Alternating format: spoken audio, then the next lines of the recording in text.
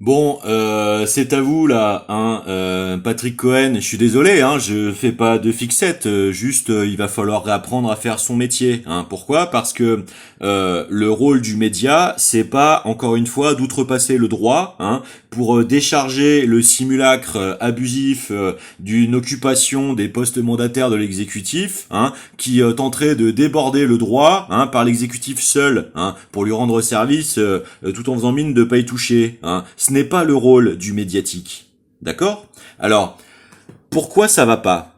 Pourquoi ça va pas? Parce que ce n'est pas le fait que des personnes qui ont été jugées abusivement dans leur liberté de réunion par une proclamation par le ministre de la Justice ô combien abusive puisque non qualifiée en fait dans les faits prétendus, hein. Donc déjà, même si l'autorité du ministère se doit d'être entendue, la légitimité de cette première condamnation est plus que critiquable. Donc déjà, ça c'est la réalité du contexte micro, pardon.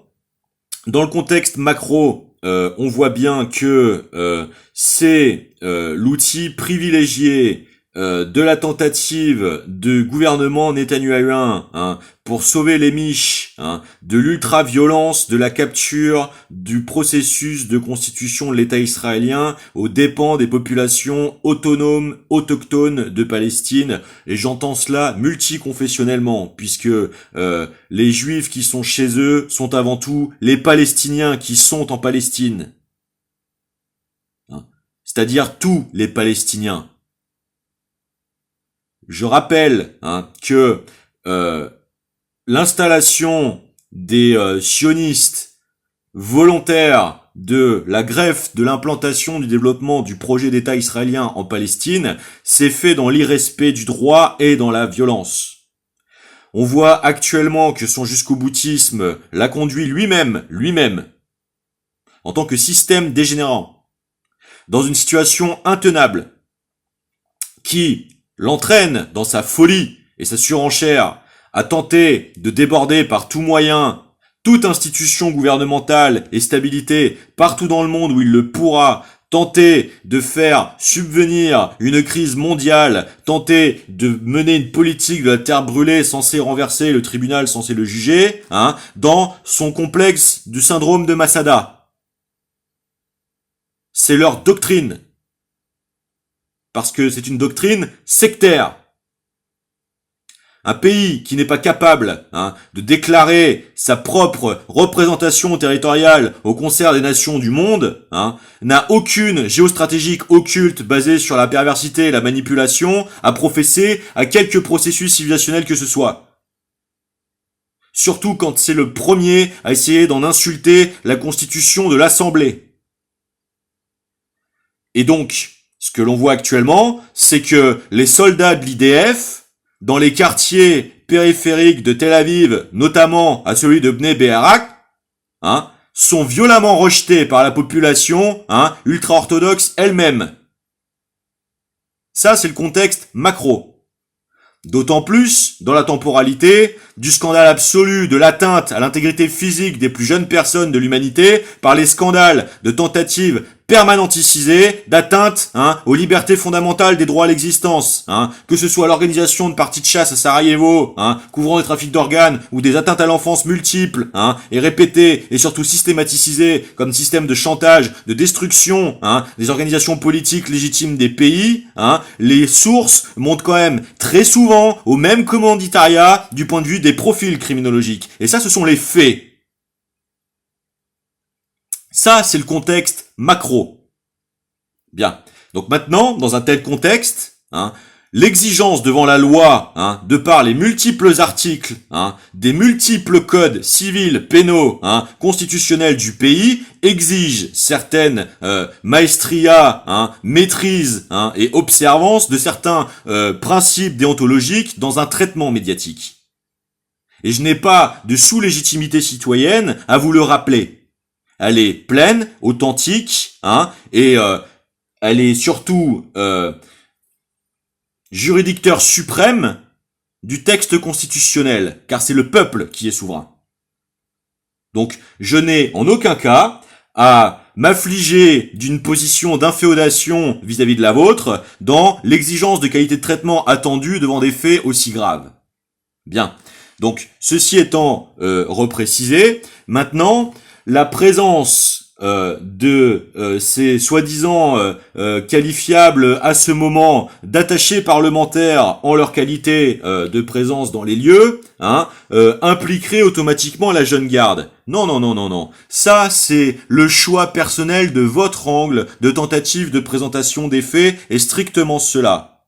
Car que sort-il aujourd'hui? Il sort l'intégralité de la vérité des images, où l'on voit qu'en réalité, la provocation à la violence a bel et bien été chronologiquement perpétrée par les groupuscules d'extrême droite, et ceux-ci venant armés. Ce qui qualifie l'intention de violence et qui l'aggrave, et surtout qui change le contexte légal d'appréciation de la situation, ce qui entraînerait de vous, si vous le dénigrez, une faute médiatique majeure, en plus d'une tentative d'obstruction à la justice et aux libertés démocratiques de la bonne tenue d'un scrutin électoral. Alors, on va reciter les articles du code pénal concernés, en l'occurrence le 122-5 du code pénal, considérant la légitime défense. On va citer le texte stricto sensu. N'est pas pénalement responsable la personne qui, devant une atteinte injustifiée envers elle-même ou autrui, je rappelle le devoir constitutionnel de défense des droits de ses compatriotes et de ses contemporains, accomplit dans le même temps un acte commandé par la nécessité de la légitime défense d'elle-même ou d'autrui, sauf s'il y a disproportion entre les moyens de défense employés et la gravité de l'atteinte. Donc c'est-à-dire que on vient reprocher le fait de s'être défendu à main nue devant des gens armés et intentionnellement violents. Préméditamment violents, puisque venant avec des armes de catégorie 1 à minima.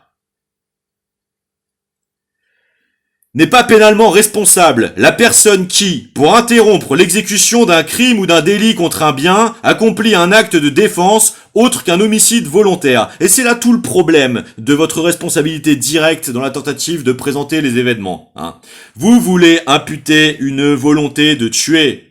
Il n'est pas avéré que ce soit le cas. Cela peut tout simplement être la conséquence d'un emballement à cause d'une provocation qui n'est pas imputable. Ni à la France Insoumise, ni à la Jeune Garde, et au contraire, qui a débordé une intention de vouloir observer strictement le droit de défense de ses contemporains dans les fondamentaux les plus légitimes de la structure la plus intrinsèque du droit français, qui est le droit de chacun à l'existence. C'est ça la réalité.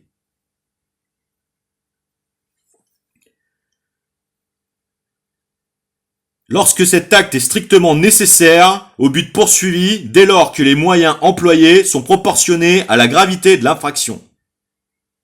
Voilà ce que c'est le droit français.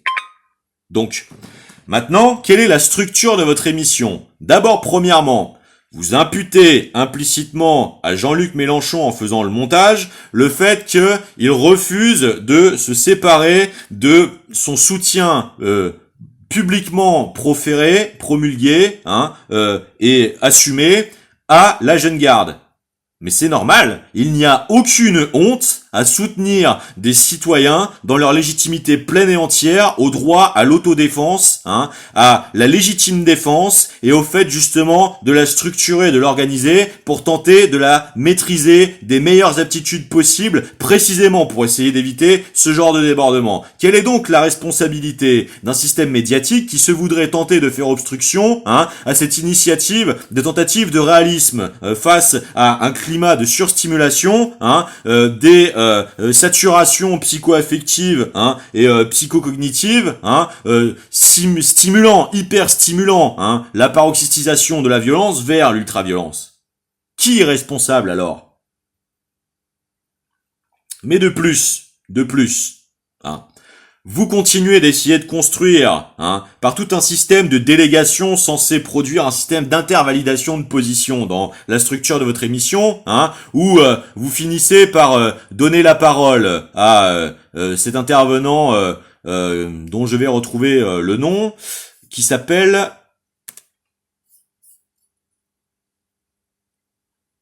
Antoine Oberdorf.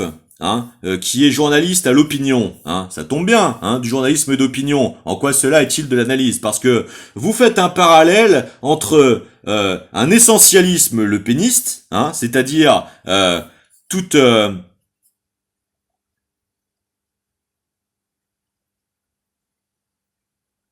toute martyrisation ramène à sa personne. Attendez, je vais vous retrouver la citation directe. Voilà, toute persécution ressoude toujours autour de moi, ce qui est un essentialisme, ce qui est une capture de la réalité par la profération de l'indubitabilité d'un pseudo-principe, ce qui est un argument d'autorité, donc ce qui n'en est